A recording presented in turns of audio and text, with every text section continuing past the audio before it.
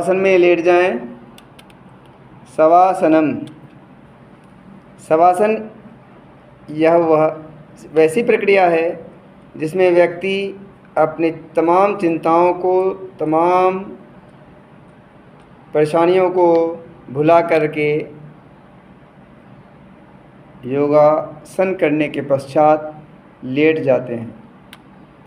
बिल्कुल पैर को हिलाई नहीं, आराम से बिल्कुल सब की तरह लेटना है। बिल्कुल पैर में शिथिलता, पैर में किसी प्रकार का खिंचाव नहीं होना चाहिए, मस्तिष्क में भी किसी प्रकार का खिंचाव नहीं होना चाहिए। आप सभी शवासन इस अंतर्राष्ट्रीय योगा दिवस के उपलक्ष्य में कर रहे हैं, जिससे आपके स्ट्रेस कम होंगे।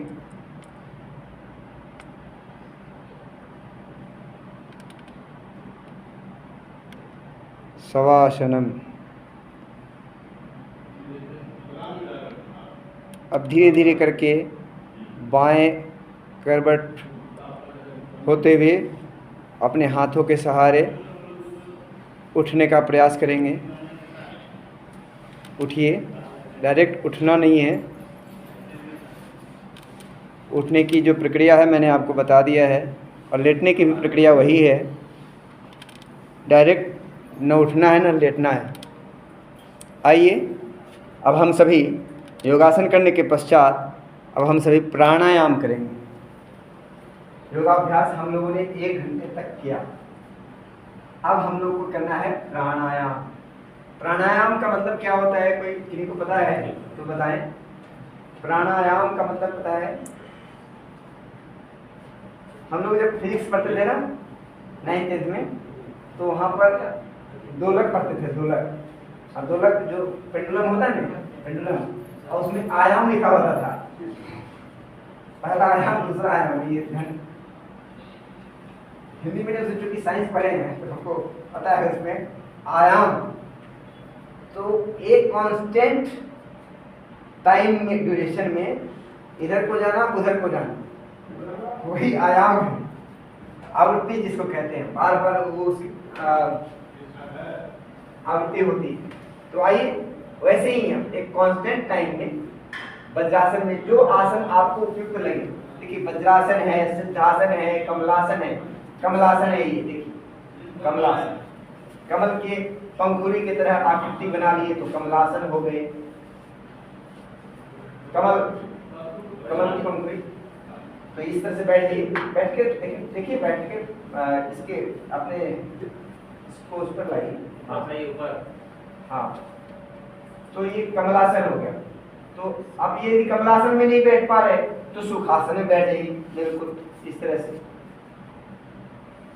यदि सुखासन में भी नहीं बैठ पा रहे हैं तो आप ऐसे भी लेट करके भी कर सकते हैं। ऐसे भी जो नहीं बैठ पा रहे ऐसे भी लेट के कर सकते हैं, ठीक है। परंतु करना सबको है।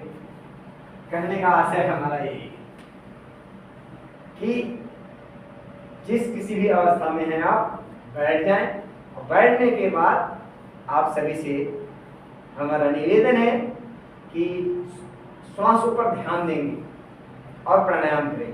पहला श्वास रेचक, पूरक, कुंभक। पूरक श्वास को अंदर लेने को कहते हैं, और रेचक रेचन छोड़ देने को, और कुंभक और रोक लेने को। तो इस प्राणायाम के 3 भेद हैं, एक रेचक, पूरक, कुंभक, और बाह्याभ्यांतर विषयाक्षेपी प्राणायाम। तो ये प्राणायाम जो है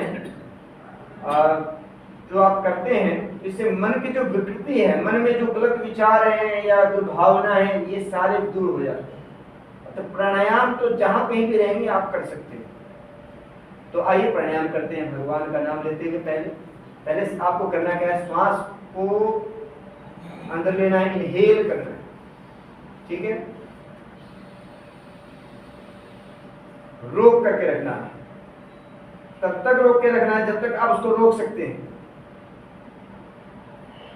और जब रोक नहीं पा रहे हैं प्राण को, धीरे धीरे धीरे छोड़ना है।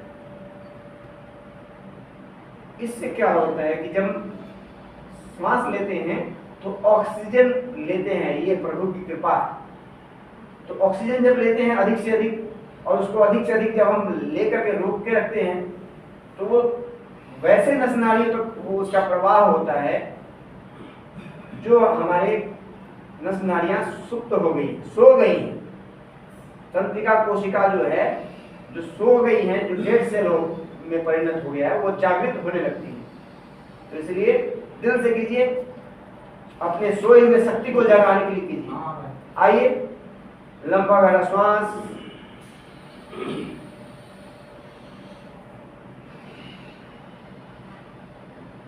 रोक के रखें,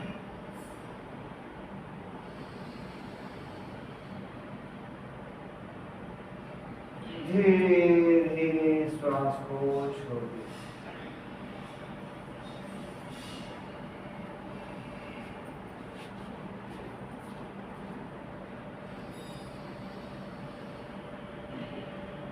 और श्वास को जब छोड़ दिए तो छोड़े ही रहना है, श्वास को लेना नहीं है, फिर धीरे धीरे श्वास को लेना है। एक और आप लोग को बता दूं, एक हमारे गुरुजी का किया करते थे, बहुत हम पता कि आखिर ऐसा क्यों करते थे, तो बताए नहीं, लास्ट में उनके शिष्यों से पता चला, मैंने गुरुजी के निकटवर्ती लोगों से पता चला। इससे वो ब्रीथिंग पावर को बढ़ाते थे और पूरे 24 घंटा धरती के नीचे गड्ढा खोद के बैठ जाते, गायब हो जाते।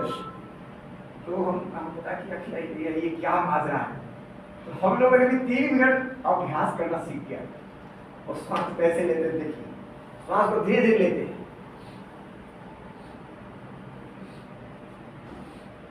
मैंने एकाएक नहीं सांस ली है। ऐसे में क्या होता है, सांस को रोकने का क्षमता बढ़ जाता है और कभी भी बीपी शुगर बीमारी नहीं होती। हमारे गुरुदेव जो हमको पढ़ाए 110वें साल में वो समाधि को प्राप्त हो गए, मान सकती। तो भाई धीरे धीरे लीजिए,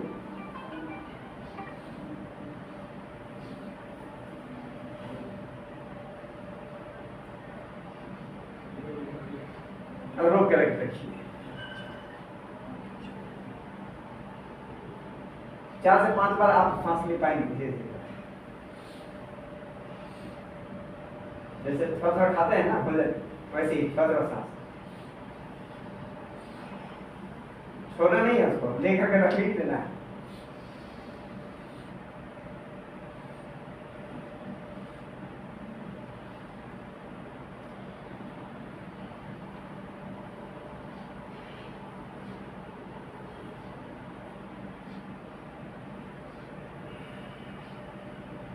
देखते हैं ना, पंप में जिस तरह से भरते हैं, साइकिल में हवा देते हैं तो धीरे देते हैं, फिर एक बार देते हैं, फिर दूसरे बार, है ना।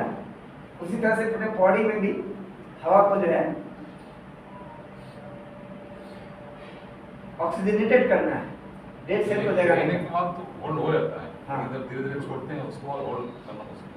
तो उसको कोई छोड़ नहीं करना है, छोड़ देना है। आपने छोड़ देने के बाद में होल्ड थोड़ा रुक करिए, उसमें रुकना नहीं, थोड़ा सांस छोड़ जितना श्वास लेकर के रुक नहीं पाते हैं, रुक लेकर के रुक गए। हाँ, लेकिन छोड़ने के बाद जो रुकने बोलते हैं, पूरा छोड़ दिए हाँ, उसके बाद नहीं बोलते, थोड़ा सा रुकिए, हाँ, उसमें रुकना टफ है। माने इनहेल करने के बाद होल्ड कर सकते हैं, हाँ, एक्सहेल करने के बाद होल्ड करना टफ है। हाँ, ये टफ है, लगता है तुरंत सांस ले ऐसा टफ। हाँ हाँ, ये रोकना बहुत जरूरी है। ये आपकी बीमारी नहीं होने का ये पूरा स्ट्रॉन्ग पावर देगा, बीमारी कभी नहीं होगी। और जब जैसे बुखार हो भी गया ना, तो ये प्राणायाम की ताकत ऐसी ताकत है ना कि आपकी बॉडी का टेम्परेचर को कंट्रोल कर देगा। हमने कई यजमान के घर में जाकर के मैंने लोगों को ठीक कर दिया, तो लोग बोलते हैं बाबा जी आप मंत्र से कर दिया। अरे कोई मंत्र से ना किए, आपके बॉडी का जो प्रकृति है उसको मैंने समझ लिया और उसके अनुसार आपको योगा बता दिया, ठीक है, तो अपने आप ठीक हो गया, कुछ ना होता है। हाँ, तो इस तरह से आपको करना है, ठीक है। तो 3 प्राणायाम बता दिया, क्या है, रेचक, पूरक और कुंभक, ठीक है। तो अब इसके बाद एक है सर्वद्वारबद्ध प्राणायाम। इसी को कोई कहते हैं ब्राह्मणी, कोई कहते हैं उद्गीत, कोई किसी को अलग अलग मतांतर इसमें भी चलते हैं। परंतु आइए सर्वद्वारबद्ध प्राणायाम कैसे होता है वो मैं बताता हूँ। देखिए इससे, इस दोनों अंगूठा से देखिए दोनों कान को बंद कर दिए। कान को बंद करना माने कान में उंगली नहीं करना है, कान के ये 2 कोर हैं, यहाँ देखिए छोटा सा है ना ये, उसको यदि आप दबा दीजिएगा ना तो कान को अंदर में, कान में उंगली करने की जरूरत नहीं है, आपको केवल और सिर्फ केवल इसको दबा देंगे तो कान बंद हो जाएगा। ये जो है इसको समझ गए ना, नहीं कान को नहीं दबाना है, ज्यादा प्रेशर नहीं देना है, बस हल्का सा, ज्यादा कस के नहीं देना है, हल्का सा देना है, बिल्कुल ये इस तरह से। एक मिनट बता रहा हूँ, ज्यादा प्रेशर नहीं देना है, इससे इतना ही है ना, ये अंगूठा से इस कान के कोर को, ठीक है, अंगूठा से इसको, और ये अनामिका से, हाँ उसी को, ज्यादा प्रेशर नहीं देना है, हल्का सा, ये कान में उंगली नहीं देना, कान में उंगली नहीं देना है, यहाँ ज्यादा प्रेशर भी नहीं देना है, हल्का सा। अब समझिए कैसे बता रहे हैं, देखिए समझिए, ये कान पर दिए हल्का सा, और ये इससे आंख पर आए, फिर नासिका पे, ये मुंह पर, ऐसे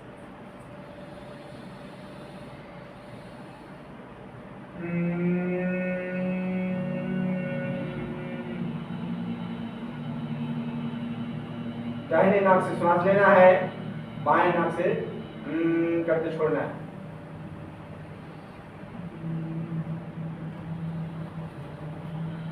इस नाक से सांस लेना है, हाँ कीजिए, सांस लीजिए,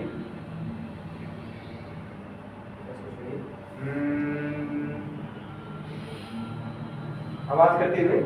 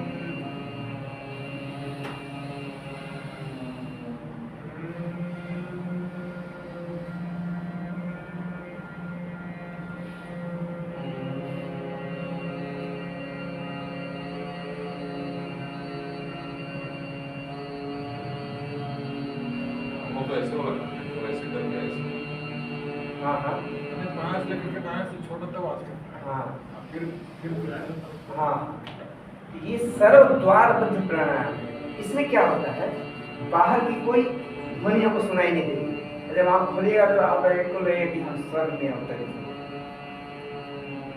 क्योंकि वो सर्वद्वारबद्ध हो गया ना, बाहर के विषय, इन्हीं 5 ज्ञानेंद्रिय से हमें ज्ञान की प्राप्ति होती है, और इन सर्व द्वार को बंद ही कर दिए, आँख, कान, नाक, मुंह, है ना, त्वचा, ये सबको बंद ही कर दिए, सर्व द्वार बद्ध इसी को कहते हैं। तो ये सर्व द्वार बद्ध कर दिए, और बद्ध करके फिर ये कर दिए, और इसी को भ्रामरी जो लोग कहते हैं, ऐसे।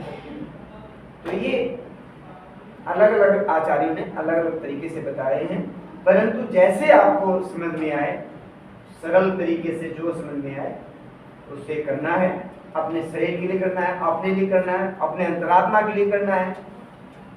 तो ये हो गए चौथे प्राणायाम। और एक जो प्राणायाम है जिसको कि सभी लोग जानते हैं, कपाल भाती, कपाल भाती। इस कपाल को जागृत करने के लिए, जगाने के लिए यहाँ जो भाती है इसको चलाना है, तो इसमें करना क्या होता है, जैसे नाक साफ करते हैं ना, या सर्दी हो जाती है तो क्या करते हैं, करते हैं ना, वैसे ही मतलब आपको छींकना है। चलिए शुरू करें, 1 2 3। आपको टोटल 50 बार करने का प्रयास करना है। आरंभ में शुरुआत में 10 बार की थी।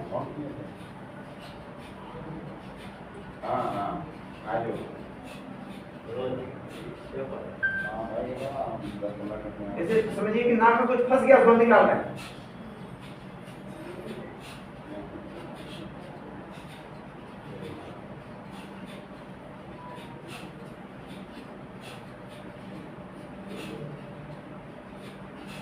पेट अंदर जाएगा,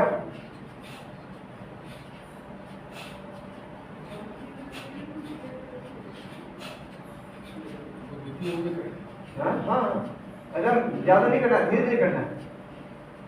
बीपी है तो भी आप धीरे धीरे करें, कोई दिक्कत नहीं। और वैसे तो जो ब्रह्मचारी हैं या जो गृहस्थ हैं, और उनके लिए तो अपने एज के अनुसार पूरा जम के करना चाहिए।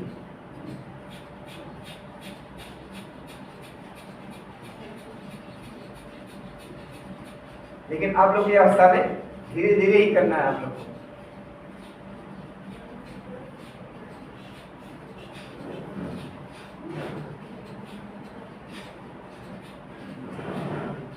ठीक है, ये कपालभाति प्राणायाम भी अपने लिए कीजिए। 1 सेकंड में एक बार ठीक है। हाँ 1 सेकंड में 60 बार। हाँ, बस ज्यादा नहीं करने का। ज्यादा अति सर्वत्र वर्जय कहते हैं ना, अति रूपेण वै सीता, अति गर्वेण रावण, अति दानात् बलिबद्ध, अति सर्वत्र वर्जय। तो अति हमें नहीं करना है किसी चीज का। तो आप पहले आपने सीखा अनुलोम विलोम। अच्छा, अब अनुलोम विलोम जिसको कहते हैं वो करना बाकी रह गया। पहले आपने सीखा रेचक, पूरक, कुंभक। अब उसके बाद कपालभाति, सर्वद्वारबद्ध प्राणायाम या उसको भ्रामरी प्राणायाम समझ लें। इसके बाद अब हम लोग को अनुलोम विलोम करना है। तो अनुलोम विलोम करते वक्त में भी आप ध्वनि कर सकते हैं। चलिए पहले बाएं नाक से श्वास लेते हैं, पहले बाएं से, ठीक है।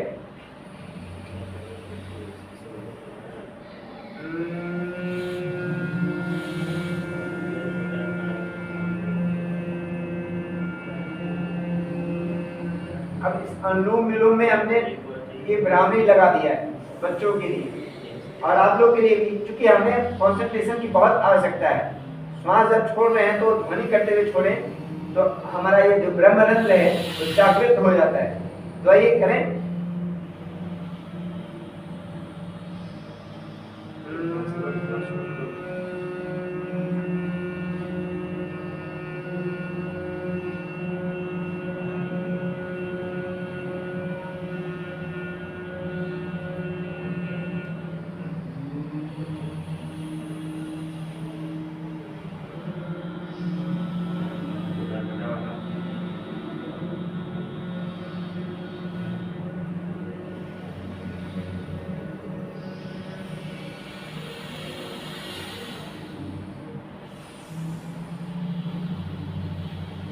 फिर इस हाथ से थक गए तो दूसरे हाथ का प्रयोग करें और फिर करें।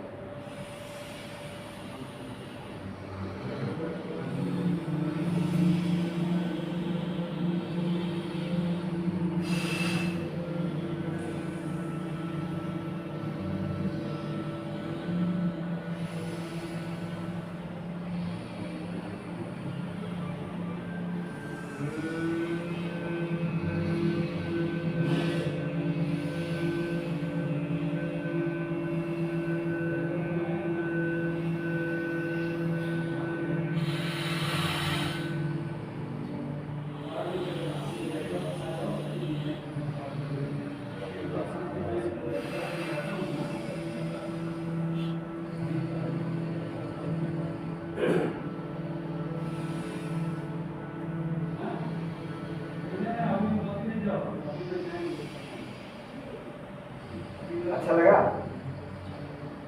तो अब जो है जिनको भी थायराइड होता है या थायराइड की समस्या है या हो गई है या नहीं है तो भी कोई बात नहीं, आप गले के लिए उद्गीत प्राणायाम करें। इसको टाइप करके आवाज करना है।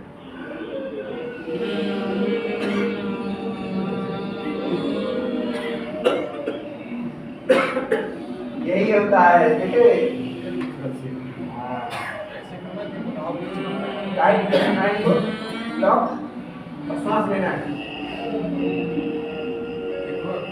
हाँ, सांस लीजिए, टाइट सांस लीजिए।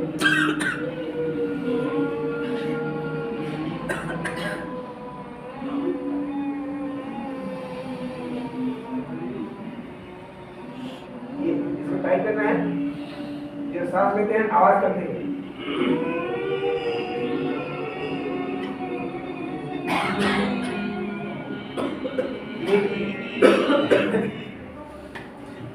सभी के जो भी प्रॉब्लम है यहाँ पर इससे थोड़ा सा समझ एकदम बिल्कुल परफेक्ट वे में करेंगे, प्रतिदिन करने का प्रयास करेंगे। कल भी टांसिल या सोच जो वगैरह होता है ना, तो बच्चों को कोई पट्टी लगा के आया हुआ होता है, तो बच्चों को कहते हैं ऐसे करो तो बच्चा अब दर्द है नहीं सर, क्या हो गया सर?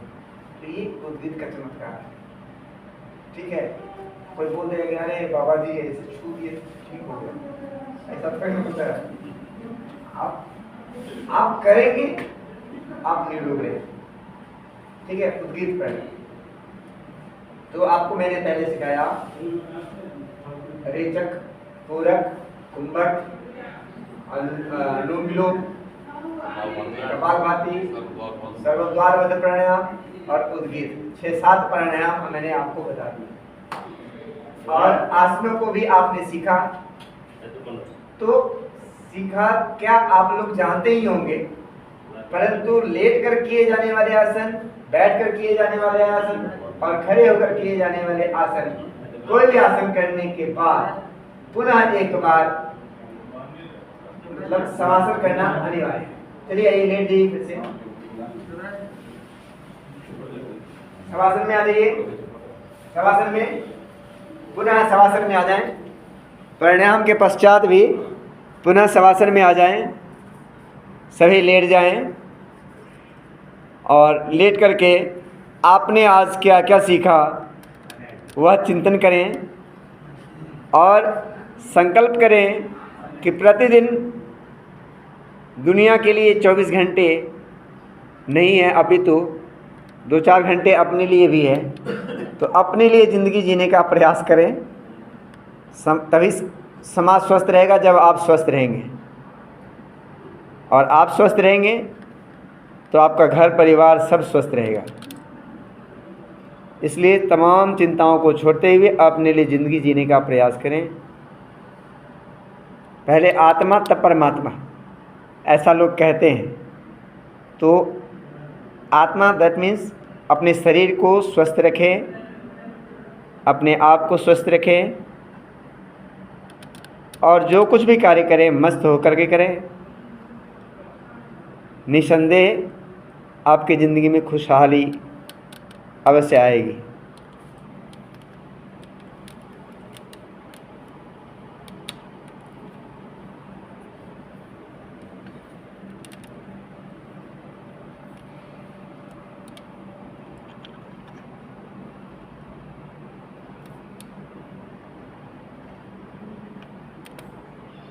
बिल्कुल मन स्थिति को सामान्य रखें।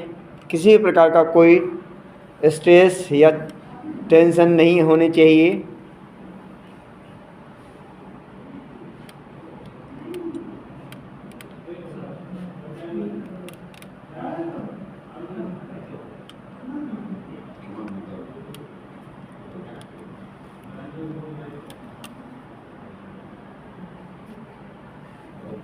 पुनः अपने हाथों को रगड़िए, हाथों को रगड़िए, कस के रगड़िए, आंखों पर लगाइए और चेहरे पर लगाइए, और धीरे धीरे आंखों को खोलिए। ऐसे ही प्रक्रिया 5 बार अवश्य कीजिए। कस के रगड़िए, रिंकल्स, टिंकल्स, ट्विंकल्स जो कुछ भी होता है ना, वो कुछ भी नहीं होगा। और कभी आपको क्रीम या कुछ भी लगाने की आवश्यकता नहीं पड़ेगी। परमात्मा की ऐसी कृपा है कि यह हाथ के घर्षण मात्र से आपके अपने ही हाथों से आपके अपने चेहरे देदीप्यमान होने लगेंगे, चमक आ जाएगी। कीजिए, कोई क्रीम लगाने से चमक आ जाता तो सारी दुनिया गोरी हो जाती है, ऐसी बात नहीं है। बस आप अपने हाथों से रगड़िए कस के और आंखों पर, चेहरे पे लगाइए, रिंकल्स पिंकल्स कुछ भी नहीं होगा।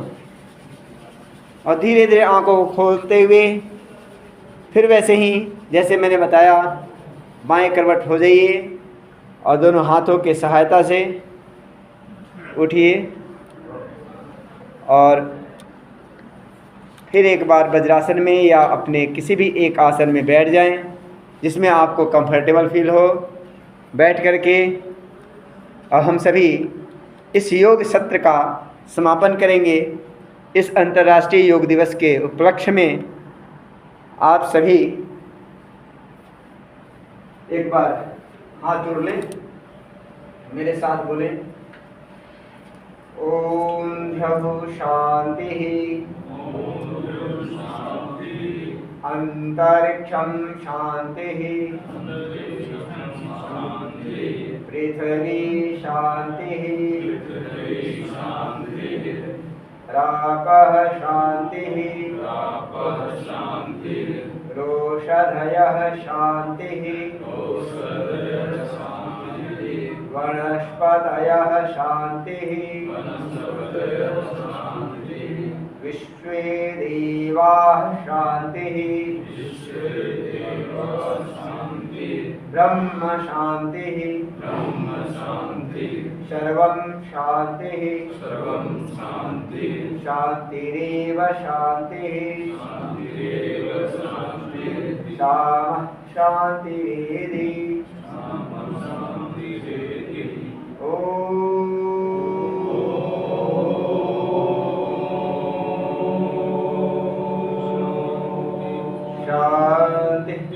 शांति शांति।